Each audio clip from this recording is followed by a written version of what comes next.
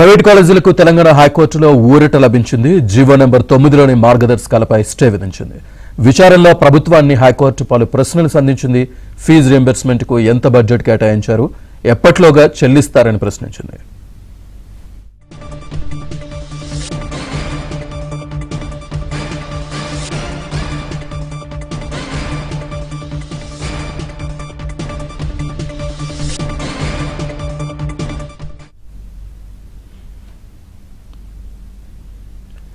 Private కాలేజీలకు తెలంగాణ హైకోర్టులో ఊరట లభించింది. జీవో నెంబర్ 9లోని మార్గదర్శకాలపై స్టే విధించింది.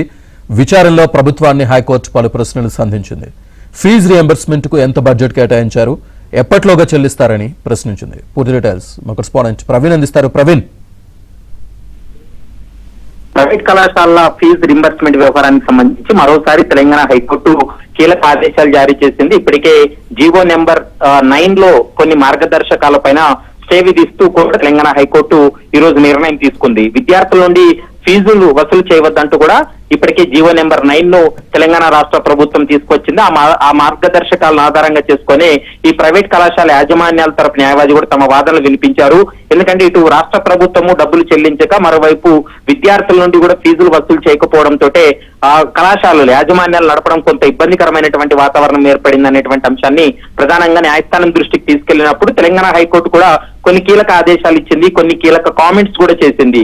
మీరు బకాయిలు చెల్లించరు, విద్యార్థుల నుండి ఫీజులు వసూలు చేయవద్దు అంటే ఈ కళాశాలలు ఏ విధంగా నడుస్తాయో మీరే చెప్పాలంటూ కూడా రాష్ట్ర ప్రభుత్వానికి సూటిగా ప్రశ్నించింది.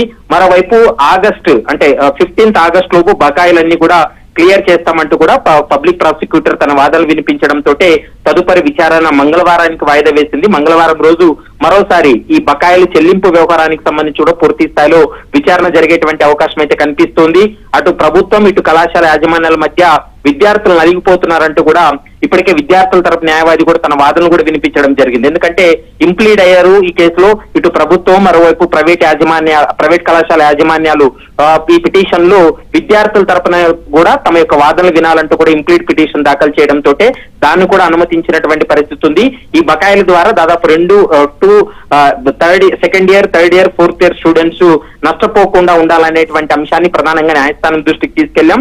వెంటనే ఈ బకాయిలు చెల్లించే విధంగా కీలక ఆదేశాలు జారీ చేయాలనేటువంటి అంశాన్ని కూడా కోర్టు దృష్టికి తీసుకెళ్లినప్పుడు మంగళవారంలోగా ఇవన్నీ క్లియర్ చేస్తామని ప్రభుత్వం చెప్పడం మంగళవారానికి వాయిదా వేసింది. మంగళవారం రోజు మరోసారి ఈ కేసుకు సంబంధించి విచారణ జరిగే అవకాశం అయితే కనిపిస్తుంది. Right, thank you.